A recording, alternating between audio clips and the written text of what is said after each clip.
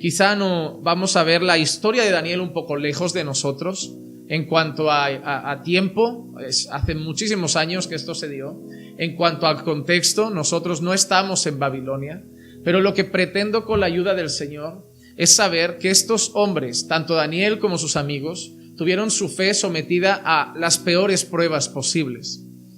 Entonces me gustaría que después de analizar todo lo que vayamos a ver que donde nosotros estamos es solo un poco de lo que estos hombres pudieron experimentar.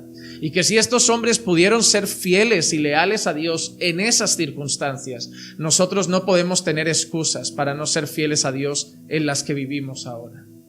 La gente a veces usa la frase de que era más fácil ser cristiano en aquellos tiempos. Y cuando uno estudia el relato bíblico, yo no sé dónde ven la facilidad de seguir a Jesús en el Nuevo Testamento y la facilidad de ser creyente en estos tiempos, por ejemplo, de cautiverio.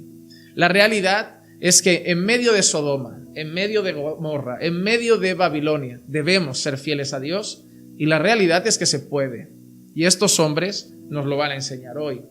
Así que vamos a ir a la palabra, vamos a analizar la situación, vamos a ver cómo la podemos comparar con nosotros, vamos a poder ver cómo la comparamos con nuestro contexto inmediato, la sociedad en la que vivimos y hacia dónde se dirige esa sociedad, y ver la reacción de estos hombres y la disposición de su corazón. Yo quiero empezar por el versículo 3 de nuestro texto, y es ahí donde vamos a empezar a ver cosas de los hombres, cosas a las que se enfrentaron. Entonces el rey mandó a Aspenaz, jefe de sus oficiales, que trajera de los hijos de Israel a algunos de la familia real y de los nobles. Ahora el versículo 4 nos empieza a dar la descripción de qué tipo de hombres quería el rey. El rey Nabucodonosor estaba llevando cautivo al pueblo de Dios y estaba usando a uno de sus jefes, a uno de los de más confianza, para ir a buscar un grupo determinado de personas. Como veremos ahora, no eran personas que el rey las quisiera para trabajos de esclavos normal. No eran personas que el rey las quisiera para trabajar el campo o las quisiera para esclavizarlos en algunas casas. El rey tenía un propósito especial para estos jóvenes que quería llevar directamente a palacio, pero con un propósito en concreto, y me llevará a reflexionar cosas. Pero el rey entonces, como no van a ser esclavos normales, como no van a dedicarse ni a la guerra, ni al cultivo, ni a la ramadería, ni al trabajo forzoso, como tenían un propósito en particular, también tenían que tener unas características particulares. Y a partir del versículo 4 nos las dan. La primera cosa, jóvenes en quien no hubiera defecto alguno. No son solo hombres en los que no hubiera defecto alguno, sino hombres jóvenes. No quiero que piensen a lo mejor en jóvenes de 12 años, 13 años, pero sí hombres jóvenes, hombres de una edad temprana. Cuando nosotros vemos que quiere jóvenes y luego entendemos para qué quiere a esos jóvenes, lo que quiere hacer en la mente de esos jóvenes y lo que quiere que esos jóvenes hagan en el palacio, yo sé por qué Nabucodonosor quiere jóvenes. La generación más fácil de manipular en nuestros tiempos son los jóvenes. Cuanto antes empieces a inculcar ideas en la cabeza de una persona, antes lo vas a adaptar a tu manera de ver el mundo. ¿Saben por qué la mayoría de jóvenes y mujeres jóvenes son feministas hoy en día? Porque es lo que les han dado desde pequeñas. Si hubieran nacido hace 100 años, no serían feministas probablemente. ¿Por qué? Porque habrían recibido otro tipo de, entre comillas, adoctrinamiento. Lo que la sociedad sabe, y por eso trabaja desde temprana edad con los pequeños, es que de pequeñitos somos esponjas, retenemos todo lo que nos dan. No tenemos una identidad formada, no tenemos un carácter propio, nos estamos quizá conociendo, nos estamos desarrollando. Por eso el Señor también, por otro lado, le pide a los padres que instruyan al niño en su camino. El Señor les pone prisa a la hora de enseñarles su palabra, de enseñarles su ley, porque sabe que es la mejor edad para que alguien empiece a conocer al Señor. Así como Dios quiere que empecemos pronto a entrenar a los hijos en la palabra de Dios, a instruir a los niños en el camino del Señor, el mundo lo sabe. Y también empieza pronto con la ideología de género y con otras filosofías. Nabucodonosor tenía un propósito para estos jóvenes, y es que sirvieran a palacio, sirvieran a Babilonia. Y la idea era que al final pensaran como los de allí. hablaran como los de allí, caminaran como los de allí. Y por eso necesitaba que fueran jóvenes, porque quizá no tendrían el carácter tan formado, quizá no tendrían la identidad tan formada como un anciano, que muchas veces cuando vemos una persona mayor escuchamos gente que dice, a esa edad la gente ya no cambia. Realmente no es así. Dios puede cambiar a cualquier persona, eso es una realidad. Dios no tiene límites de edad para transformar a alguien, pero sí que es cierto que cuando una persona lleva 80 años con unos principios y unos valores, es muy difícil que cambie su manera de ver la vida. Por eso buscaban jóvenes. Pero esos jóvenes además tenían que ser de una determinada manera, que no tuvieran defecto alguno, de buen parecer, inteligentes en toda rama del saber, y dotados de entendimiento y habilidad para discernir, y que tuvieran la capacidad para servir en el palacio del rey. Los quiere jóvenes inteligentes, dotados de inteligencia. ¿Por qué? Porque los va a capacitar para ser personas oficiales en palacio. Los reyes no querían personas analfabetas. El nivel de analfabetismo de aquellos tiempos era muy alto. El nivel de personas que no leían, no escribían, no eran muy dotadas de conocimiento era exagerado en aquellos tiempos. Pero para servir en palacio debían ser personas dotadas, debían ser personas capacitadas. ¿Por qué? Porque si mañana vas a enseñar, si mañana vas a instruir a otros, si mañana vas a guiar a otros, tienes que hacerlo con conocimiento.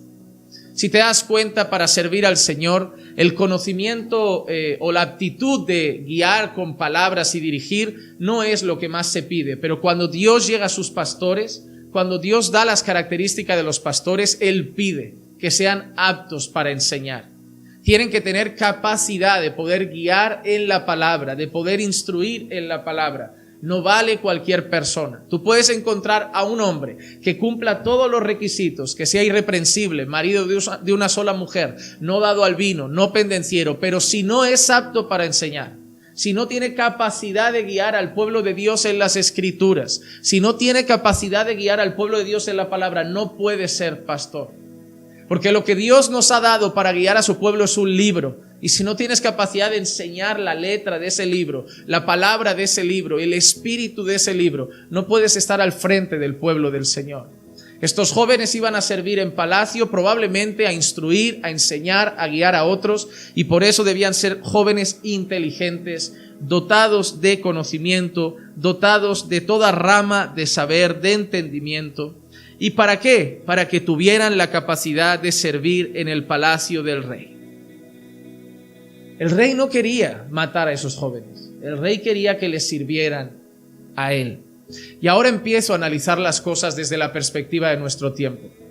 Hermano, el mundo no quiere, de momento aquí en Occidente, no quiere matar a los cristianos. El mundo de momento, en este tiempo, no quiere que los jóvenes de las familias cristianas mueran. El mundo quiere que les sirvan a él. El mundo quiere que les sirvan a él. Hermano, sería tan fácil si le sobráramos a este mundo decir, oye, como hizo Herodes, como hicieron otros reyes, exterminemos a todos los que crean en Jesús y el mundo para nosotros. Pero realmente el mundo no se complace en simplemente ver cómo el cristiano es erradicado, sino que el deseo del mundo es que aquellos que actualmente profesan alguna fe, o sus hijos, o sus niños, acaben al servicio de este mundo. ¿Qué daría más placer decir, ha muerto en Cristo o ahora sirve a Satanás? ¿Qué daría más satisfacción al corazón de este mundo decir, Señor, murieron siendo fieles o Señor, te los hemos quitado? El mundo no quiere simplemente matar cristianos. Por el momento el mundo los quiere confundir, los quiere adoctrinar, porque el deseo de este mundo es que el cristiano acabe sirviendo en los palacios de los reyes de este tiempo. Nos vamos a dar cuenta que el mismo deseo de Nabucodonosor es el mismo deseo que también tiene el mundo para nosotros. Es el mismo deseo que tiene el mundo para sus hijos. Es el mismo deseo que tiene el mundo para sus jóvenes. Entonces el rey quería que sirvieran en palacio. Y dice, y le mandó que le enseñara la escritura y la lengua de los caldeos. Y si eso no es adoctrinar, que venga alguien y me explique lo que sea. ¿Qué escritura tenían esos jóvenes antes? Su propia lengua. Ellos hablaban la lengua del pueblo judío. Ellos escribían la escritura propia de los hebreos. Todo lo que tenía que ver con ellos tenía que ver con un idioma que estaba vinculado en aquel entonces al pueblo de Dios. Y lo primero que tenemos que hacer es que esos jóvenes dejen de pensar en todo lo que tienen relacionado a su Dios. El idioma del pueblo de Dios, la escritura del pueblo de Dios, la lengua del pueblo de Dios. Necesitamos que todo lo que en su mente esté relacionado con su Dios empiece a salir del mapa. Porque cada vez que ellos escriban, recordarán las escrituras de su Dios en ese idioma y en esa lengua. Y debemos conseguir que olviden esa escritura, que olviden esa lengua. Porque cuando empiecen a olvidar eso, será el primer paso para que acepten nuestra escritura, para que acepten nuestra lengua y para que acaben olvidando a su Dios. Mira cómo sigue. El rey les asignó una ración diaria de los manjares del rey y del vino que él bebía. Y mandó que hicieran ¿qué? Los educaran. Lo mismo que hace la escuela. Que los educaran por 3 años, al cabo de los cuales entrarían al servicio del rey. Hermano, el rey no los pone directamente en palacio. Primero los tiene que educar. Primero los tiene que adoctrinar. Además, el rey no es tonto. El rey no solamente les quiere quitar su lengua, no solamente les quiere quitar su escritura, sino que ahora los tienta con algo muy dulce, muy sabroso, manjares del rey y vinos del rey. ¿Por qué el rey hace eso? Probablemente los caldeos, probablemente aquellos que vivían en Babilonia no tenían la dieta alimentaria que tenía el pueblo de Dios.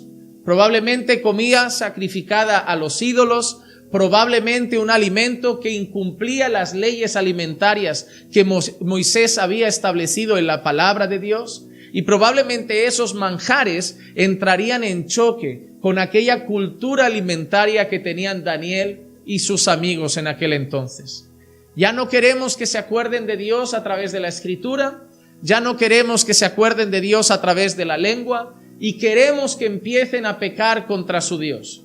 Y si queremos que empiecen a pecar contra su Dios, no le vamos a ofrecer algo peor, le vamos a ofrecer algo más sabroso. La Biblia habla de manjares y vino del rey. No todo el mundo tenía acceso a ese tipo de comida, no todo el mundo tenía acceso a ese tipo de alimento, y para nada todo el mundo podía beber el vino que se servía en palacio. Y a ellos se lo ponen en una bandeja para que lo coman cada día mientras están siendo educados. Hermano, el mundo no es tonto. Para educarte, para adoctrinarte, Él no va a venir con una espada, con un látigo o con esposas. Él va a venir con manjares. Él va a venir con cosas para seducir. Él va a venir con cosas que te van a hacer pecar contra Dios, pero que van a satisfacer tu carne, porque al final el único propósito es que al cabo de un tiempo te hayas olvidado de Dios y ahora ya seas uno más de ellos. Exactamente lo que quería hacer Nabucodonosor. Olvidarte de Dios, pecar contra Dios para terminar sirviendo a este mundo. Y mira qué interesante. Entre estos estaban Daniel, Ananías, Misael y Azarías, de los hijos de Judá. Y el jefe de los oficiales les puso nuevos nombres. A Daniel le puso Belsasar, a Ananías Sadrach, a Misael Mesac y a Azarías Abednego. Tampoco es casualidad el cambio de nombres, hermano. Cuando tú ves los nombres de profetas y algunos personajes bíblicos, te darás cuenta que la palabra él está muy presente. Daniel, o Elías, o Eliseo, y así puedes seguir con varios nombres. Ese término él es un nombre que indicaba Dios, algo que tenía que ver con Dios. Dios es bueno, Dios es favorable, Dios ha concedido, Dios es proveedor. Ese él, por eso vemos El Shaddai, él, y vemos esos nombres. Cuando les quitan ese nombre, están eliminando todo rastro que los identificaba como alguien que pertenecía al Señor. Ya no sería Daniel, el hombre que era de Dios. Ya no sería Misael, otro hombre que pertenecía al Señor. Ahora quitan ese él del nombre. Ahora le dan nombres que están vinculados a una terminología pagana, ahora ya no van a tener ni siquiera en su nombre la pronunciación de un término que les haga pensar en el Dios Todopoderoso. Les cambian la escritura, les cambian la lengua, les cambian el alimento, les cambian los hábitos para al final hacer lo que desean, cambiarles la identidad. Hermano, eso es exactamente lo que el mundo está haciendo con nosotros. Nos quieren cambiar el nombre. No quieren que seamos el Hijo de Dios, el siervo de Dios, el discípulo de Cristo.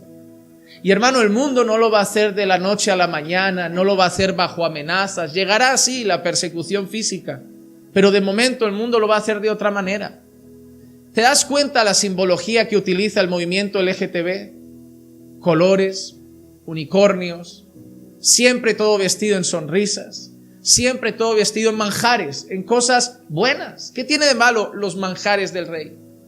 ¿Qué tiene de malo la comida de palacio? Aparentemente nada, si corre en la dirección de lo que Dios ha establecido. ¿Qué tiene de malo lo que el mundo LGTB ofrece? Amor. Amor a cualquier persona independientemente de su sexualidad. Amor a las... Yo amo, como dicen, yo amo a la gente, no amo el sexo. No amo hombre, mujer, yo amo a la persona. Ellos ofrecen amor, ofrecen ¿qué? Tolerancia, te sientas como te sientas, seas como seas, mientras el mundo te discrimina, mientras el mundo te pone etiquetas. Si tú quieres ser hombre, te aceptamos así. Si tú quieres ser mujer, te aceptamos así. Si tú quieres ser un perro, te aceptamos así. Si tú te quieres sentir un adulto, te aceptamos así. O sea, ellos ofrecen manjares para la carne. Cosas que a la carne le caen bien, cosas que a la carne les son apetecibles porque no les lleva a luchar contra su ego, contra su pecado, contra su rebeldía contra Dios. Simplemente te dicen, no, mira, Dios te pide que renuncies, Dios te pide que te niegues, Dios te pide que aceptes sus normas, pero nosotros te aceptamos tal y como eres. Aparentemente son manjares, pero el único fin es que al final sirvamos a los propósitos de este mundo. Cuando nosotros a veces vemos en algunos vídeos de internet esas manifestaciones feministas, por ahí hay algunos youtubers que de vez en cuando van a las manifestaciones feministas y les hacen preguntas. Oye, ¿tú estás a favor de esto? Claro. ¿Tú estás a favor del edicto feminista? Claro. ¿Qué dice el edicto? Bueno, no sé. Pero, ¿de qué te estás manifestando? No, en contra de la brecha salarial. Bueno, dime un ejemplo, un caso en el que una camarera y el compañero no cobren lo mismo, o el que el oficinista y la oficinista no cobren lo mismo. Y se empiezan a bloquear y se enfadan y dan gritos y hablan de patriarcado y te das cuenta que repiten el mismo discurso, las mismas frases. Están adoctrinados. No tienen ya conocimiento, no tienen ya identidad, les han hecho una identidad.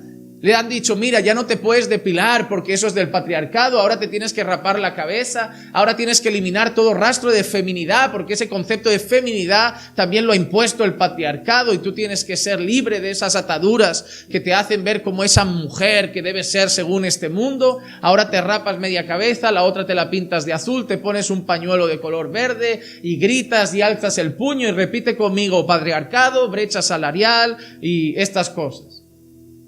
¿Lo entiendes? No, no importa. Es la lengua que vas a hablar ahora. ¿Lo entiendes? No, no importa. Ese ahora va a ser tu idioma. ¿Lo entiendes? No, no importa. Ese ahora va a ser tu nombre.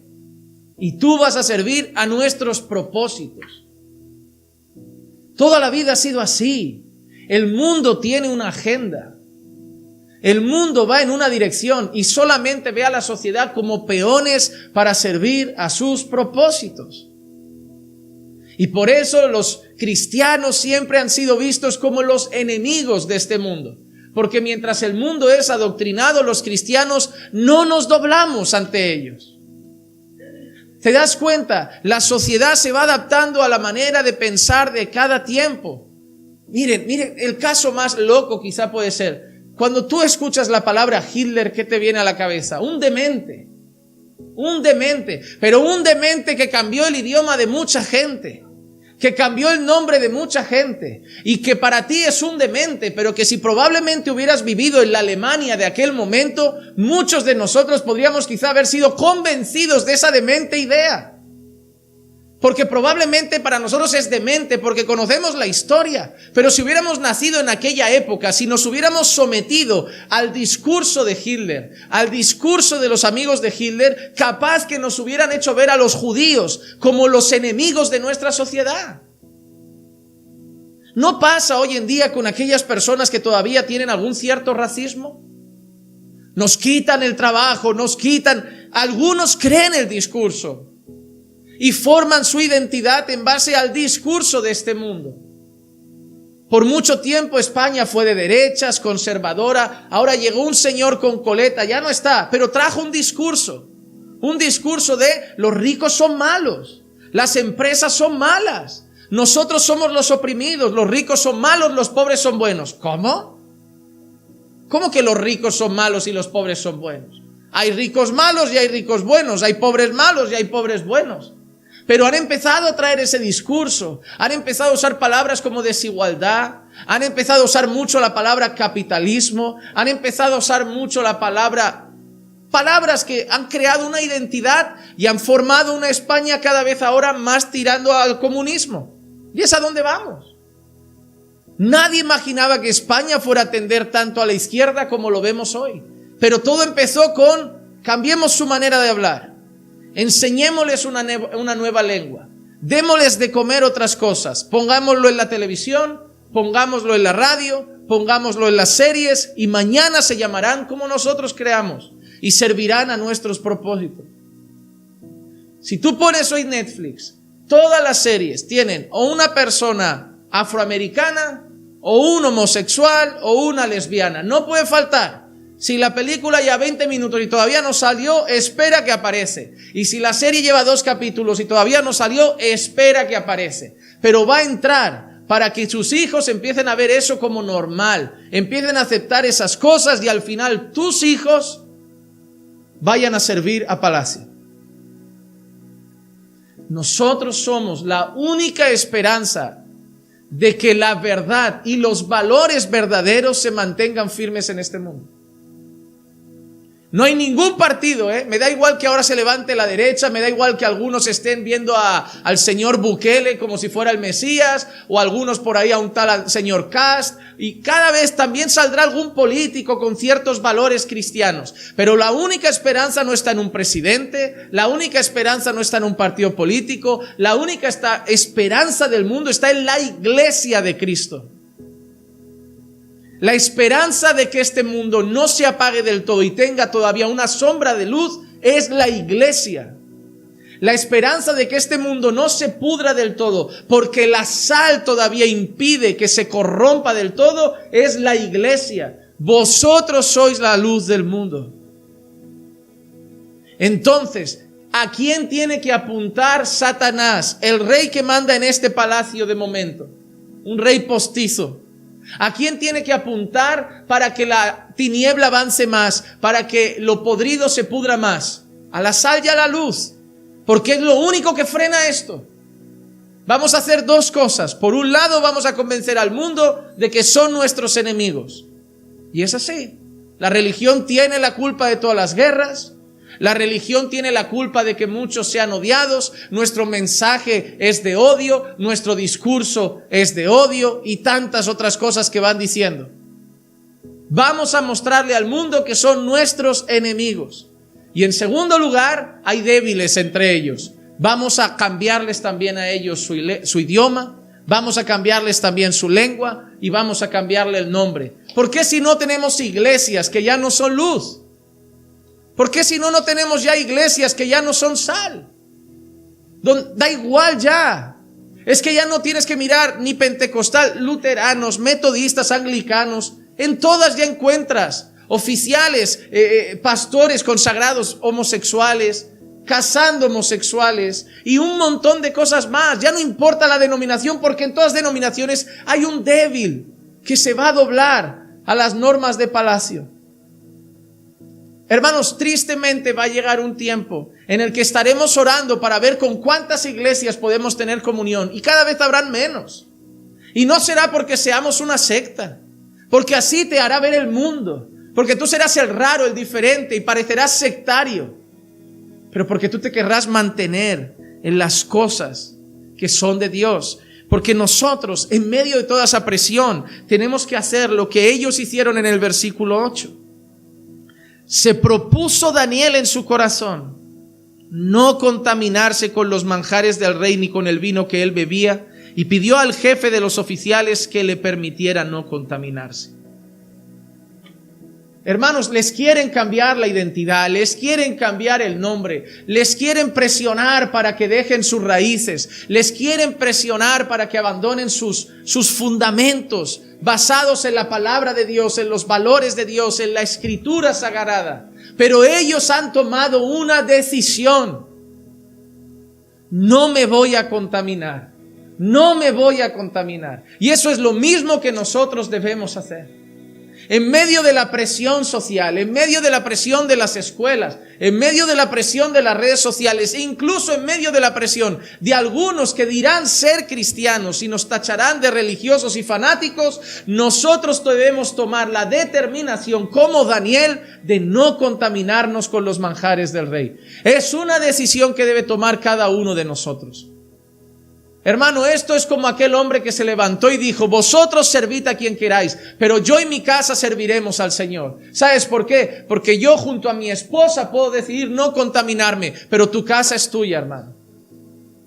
Pero yo te digo una cosa en el nombre del Señor: cuando llegue la presión, cuando los compañeros de instituto aparezcan, cuando los compañeros de trabajo aparezcan, cuando aparezca el jefe con propuestas extrañas, el trabajo con propuestas extrañas, para que niegues tu identidad, para que empieces a pecar contra tu Dios, para que empieces a cambiar tus valores, decide en tu corazón no contaminarte con las cosas de este rey. Porque lo mejor es lo que hizo Dios en el versículo 9. Dios concedió a Daniel hallar favor y gracia ante el jefe de los oficiales. En toda la presión, Daniel toma una determinación. Así como José ante la mujer de Potifar tomó una decisión cuando estaba siendo presionado. Daniel toma la decisión de no contaminarse y Dios lo respalda. Y Dios lo respalda. Hermano, eso es lo que vamos a ver en esta historia constantemente. Ellos toman la determinación de ser fieles y Dios respalda a aquellos que deciden ser fieles. Dios respalda a sus hijos. Dios respaldó a Daniel. Conocemos la historia. Él pidió comer legumbres, él pidió no comer manjares. El jefe de los oficiales estaba muy preocupado. Como venga el rey y vea que habéis adelgazado, que estáis débiles, a mí me va a cortar la cabeza. Pero cuando llegaron pasados unos días, Daniel y sus amigos estaban más fuertes, más robustos, más firmes que los que habían comido los manjares del rey. Dios respaldó la determinación de ser fieles al Señor. Asimismo, Dios te va a respaldar cuando decidas ser fiel. Hermano, no corras a pedir perdón porque tomaste el atajo. Haz lo correcto aunque te cueste serias consecuencias y confía que Dios te respaldará. El mundo te va a presionar, hermano, para fallar a Dios, para abandonar a Dios, para dejar a Dios. Pero el Señor te va a respaldar.